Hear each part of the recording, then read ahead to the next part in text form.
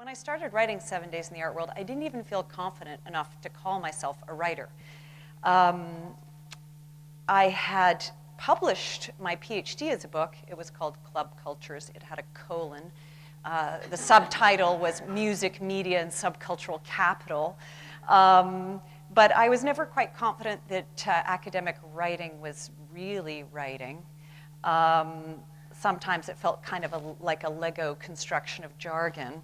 You know, other academic writing feels very voiceless, you know, as if these were declarations of the undead. I think my book, Clubcultures, is probably not the worst offender, I hope, in that category. It was on dance clubs and raves, and I enjoyed writing even then, so I tried to make it as accessible as possible, but it was based on a PhD.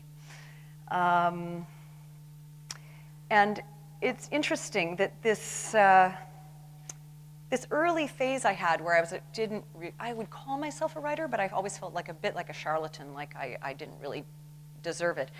And it actually is something I encountered when I was researching the art world, because I think artists sometimes have an even harder time of claiming to be artists. And you often meet artist students or people who've just graduated with their MFAs, or even people who've been making art for a long time who actually feel hesitant or apologetic about claiming that identity. Because there's something about being a writer and being an artist is not just a job. It is a whole sense of self, and it is a public role.